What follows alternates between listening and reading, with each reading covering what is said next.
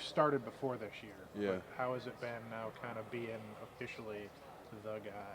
Yeah, I think, with this O-line group especially, it's pretty cool because we're all on the same level. We all kind of we're all generally the same age, and we all kind of know what's going on and who's going to be playing throughout the game, and we can trust any of the guys that are not playing to come in and easily just step in.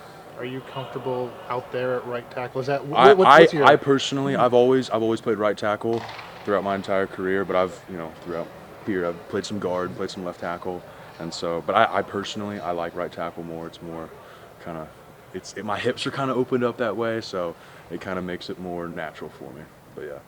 How fun has it been part of this offense so far this season, and just kind of watching Sawyer do his thing? Oh, it's been pretty sweet. Sawyer's been ripping it, and so he's been dicing up the defenses. I think along with us in the O-line, we've kind of been struggling in the run game wise, but I think this week is going to be a pretty good week to figure out those missing pieces and establish a strong run game.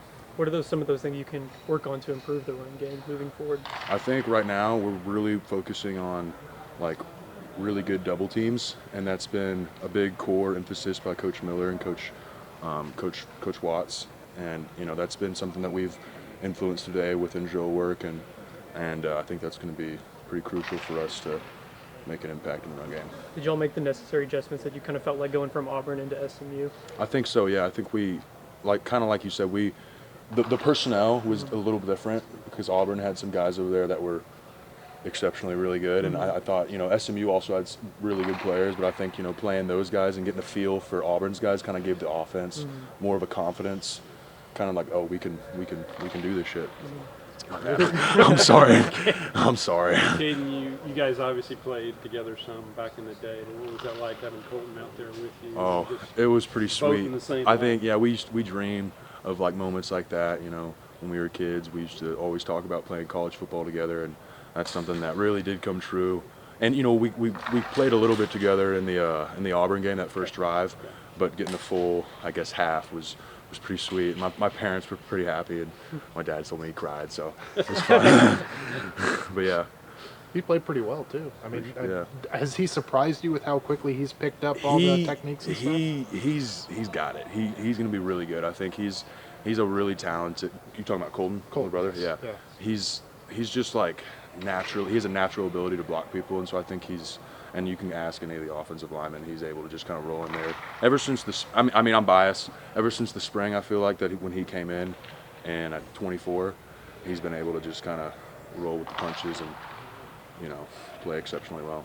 Is he more natural at center? Or I think he is more natural at center. Yeah. I think he can play guard. He played a good amount of guard in high school, right. But at center, I think he's learned a lot from Colton Price too, and that's been really cool to see him kind of take him under his wing. Because I don't play center, I don't know how to those types of mechanics of blocking, but it's been Colton's grabbed a lot of knowledge from the other Colton in the O-line room. You kind of talked about this earlier, but how much will playing Auburn and SMU out of the gate really help you guys as the Big 12 play starts? I think it's going to be pretty huge. I don't think we're going to see anyone else like those Auburn guys, like Keldrick. He was a challenge, and I think you could see that he was giving us some trouble. And I think, his watching the film back on that and kind of getting a feel for him. I think that's that talent from SMU and Auburn is going to make us a lot better throughout the Big 12. How rewarding was that drive in the second overtime where you're just running the ball and they knew what you were doing? Yeah. You still were able to wanted to score there, really did. Right. But that was cool because I don't think we threw it one time on that drive, but we were getting some good push, and I think you could kind of feel them in a way. They're we lost, but it was kind of cool to really drive the ball down and get Connor in to score.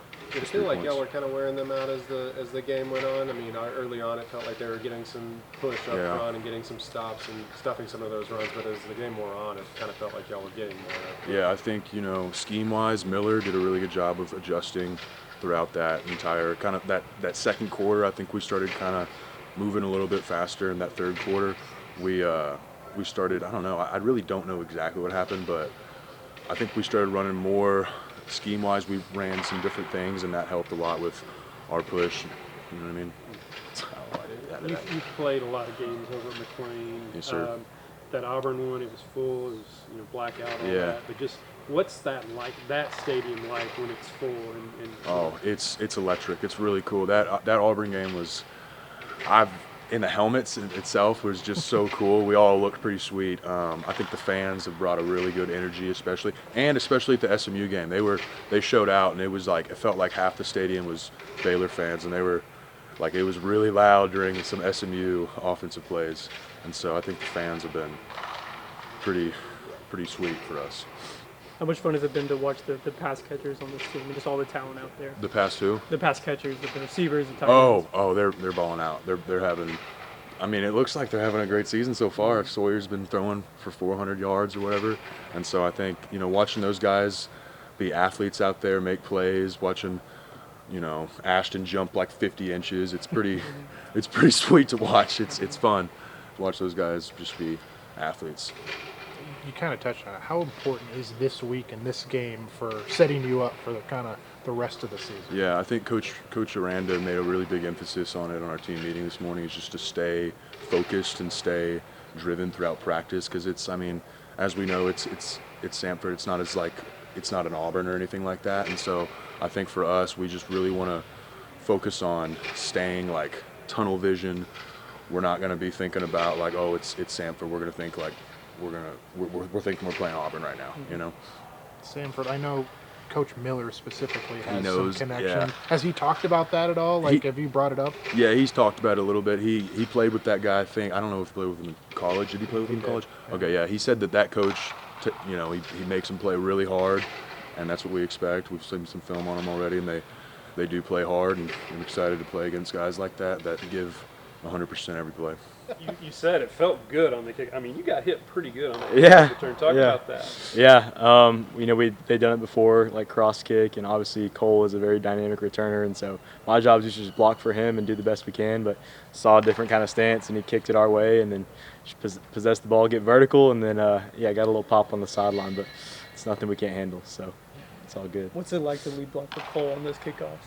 Oh, it's awesome. It's just really cool to have a guy back there where it's like every single time there's a chance that he's going to take it back. And so got the opportunity to play with Richard Reese 2 years ago, Jamal Bell last year, and Cole Wilson. So every single time they kick it off, we know that if we do our job, then they're going to handle the rest. So just very encouraging to know that if you do your job, it's got a chance to score.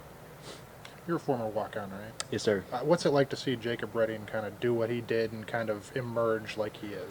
Yeah, I'm just so proud of Jacob. So we kind of had like all the walk-on safeties in a row, and so Jacob was the year under me, and so just to kind of go through all the things with him and a chance to like mentor him, and he's just such a great friend. I've seen him work really hard and go through the really hard times, and just to see him shine on Saturday was just so cool to see. So I'm really proud of him. What is it about Baylor? It seems like y'all have. You kind of embrace the walk-on, Josh and Keaton and all that. What is it about this school that does that? I think first I would just say I think David Wetzel does a great job. Like he was the one that brought me in, brought Jacob Redding in, brought Josh Cameron in. So he does a great job of finding the right people and finding the right fits. And so just super honored that he thought of us to be here. And then also I think the culture that we built here at Baylor, like Coach Aranda, it's like we're never going to be necessarily the top dogs, but just that mindset of hey, like we have. Like all we got is all we need, and so it's just like whatever we need to do to win, that's what we're going to do. And I think that's the mindset this team's embodied, and I'm just excited to see where it takes us. Michael, what did you see from the defense in the second half? Because first half was a struggle, but they really played. I mean, there were stops in the second half. Yeah, I think just fight, the character really showed up, and, Devin Bobby, Keaton Thomas, like whatever happened on the previous series, it was like, all right, like what's next? It's like whatever it takes this next drive. And so it was really cool to see just the response to adversity, and that's something that doesn't just show up on a Saturday, that's built all the way back in January with Coach Vic in the weight room. And so I was just really proud of them because whatever, came in our way, they just attacked everything that was there. And it was really cool to see them step up like that at the end. How's kind of the energy been these last couple of days following a win like that? Yeah, it's been good. I was just talking to John. It's like the margin between winning and losing is so small, and so that game could have gone many different ways, but it's obviously a lot better to be on the winning side of that. But we also understand that like we did not play anywhere near our best, right? So you got to enjoy it, and then you got to reset and say, all right, we're back to work, and we got a lot of things that we can improve on, and we need to put on display this Saturday. Defense gave up a couple big chunk plays, 75-yard touchdowns twice. I guess what sort of emphasis has been on stopping maybe just explosive plays in general, and how are you going about doing that? Yeah, I think a big emphasis was just the details, right? It's the little things that matter. And so whether that's, your eye progression, whether that's, on scramble drill or honestly just some missed assignments. And so for us, it's like, all right, going back to the basics, doing simple better, and just being really dialed into everything that we do. And when all 11 of us are doing our jobs and doing our 111th, like we know that we're a very good defense. And so it's just back to, hey, like we can't beat ourselves, right? We have to let them beat us. And so the big emphasis this week is like, if we're all doing our jobs, then we're going to be just fine. How much fun has it been to watch the offense these past couple of weeks? Oh, it's been a blast. Yeah, it's really cool to see how explosive they are and just how well they work together, like seeing Spav and Sawyer and the relationship they have, and then all the receivers as well. It's just been really cool to see them. I'm with them over there too in practice sometimes, and those guys are explosive. So it's really cool to see them get out there and succeed against the teams that we've been playing. On kick coverage, kickoffs, is there things that have been implemented over the past couple of weeks, especially after the Auburn game, that are going to assist in helping prevent some of those larger plays on those kickoffs? Yeah, I think it's kind of similar to defense. It's, to be honest, it's really nothing extreme or nothing that was like really needed fixing schematically. It was just, hey, like guys didn't do their jobs, and we had missed assignments on some of those plays. And so it's like we know exactly what we need to do. We just got to go out there and execute. And so really honing in on the details and really learning how to play the technique better on all phases of special teams is something we've been emphasizing a lot this week. Michael, you've played in some big stadiums. Back in the day, you probably went to some at A&M. I don't know. Yeah. What is this stadium like, though, when it's just lit and you just... Yeah, it's really cool. That Auburn game was a really cool experience, and obviously it didn't end the way we wanted to. But I've kind of been here for the whole trajectory of 2022, 2023. I've been a lot of highs and lows, and the stadium has been empty. The stadium has been packed, and so it's just really cool to have a product on the field that the fans and the community is happy about and excited to be at. And so there's nothing better than McLean when it's rocking on a Saturday night. So. Playing Auburn and SMU right out of the gates, how much will that help y'all as conference play kind of gets here? Yeah, I think it'll be huge. It's something we've talked about a lot. A lot of teams have different approaches when they play their non-conference games, but for us, like there was no easing into the season. We had to be at our best right away, and I think that's going to help us a lot when it comes to conference play because we've been battle tested and we understand the things that we need to fix. Then we have some time before conference play to get those adjusted and ready to go before Big 12 play starts. I'm guessing your mindset is just on this season. Have you thought about beyond this, what your plans are, or what will it be after the season when you make any kind of decision? Yeah, that's a great question. So kind of in the summer I was thinking about that a little bit and trying to plan ahead, but man, once August hit, it was just be where your feet are, so trying to make the most of whatever role and opportunity I have this season and then confident that God will take care of the rest. I know you're close to Sawyer.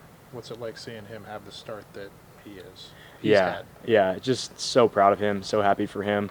Like I just said, we've been there for a lot of it. 2023 when, he wasn't named the starter and then, maybe struggled in 2024. Just to see his approach never waver, after all that he's been through in his career, not a guy that's more deserving. And just the thing that I'm most proud of him is how he's handled success. A lot of people, it may change them, but Sawyer's the same guy every single day. And so he deserves all the good that's coming to him. In those maybe some low moments, I guess, what did you do? What did you do together to kind of get through some of those? Yeah, I think the biggest thing was just leaning on our faith, leaning on our faith and leaning on our friendship. And, we have an understanding that this is not the end-all be-all. But I do remember a specific conversation, like it was in 2024 after fall camp, and we were walking from the facility to, our cars, and it was just like, man, he was, kind of a rough point. It's like, dude, like, you just never know, right? Like something may happen, you might get an opportunity, and just take it day by day and week by week, and we're just going to see how this thing goes. And then to see him have the year that he had that year and just build into this year, like couldn't write up any better. So I'm really proud of him. How cool has it been to see the team Bible study continue to grow? Man, that's probably been one of the coolest things that I've done here at Baylor. And so just so proud of those guys. We usually have at least 25 to 35 guys every Tuesday night. So we got our second meeting here tonight and had a lot of guys get baptized the past, year and a half, 2 years. And so just back to what I said, it's like that's what it's all about, and so that's the community, that's the faith aspect of it. And so I'm just so proud of those guys for, their values and what their priorities. And so it's really cool to see those guys show up and just grow in the Word together every Tuesday. Just for how did that start? So me and Garrison Grimes had kind of talked about it in 2024, something we wanted to do. We met a lot just individually in smaller groups, but it's like, man, we needed like a player-led one where it was just the guys. And so we kind of started something up in the spring, and then it's just grown every semester. And so now we have 25, 35 guys every week. And a great way to incentivize the linemen to go is that we bring food. And so the best way to get 300-pounders to show up to Bible study is bringing. So we have Chewies tonight. So that's been a big way to grow it as well.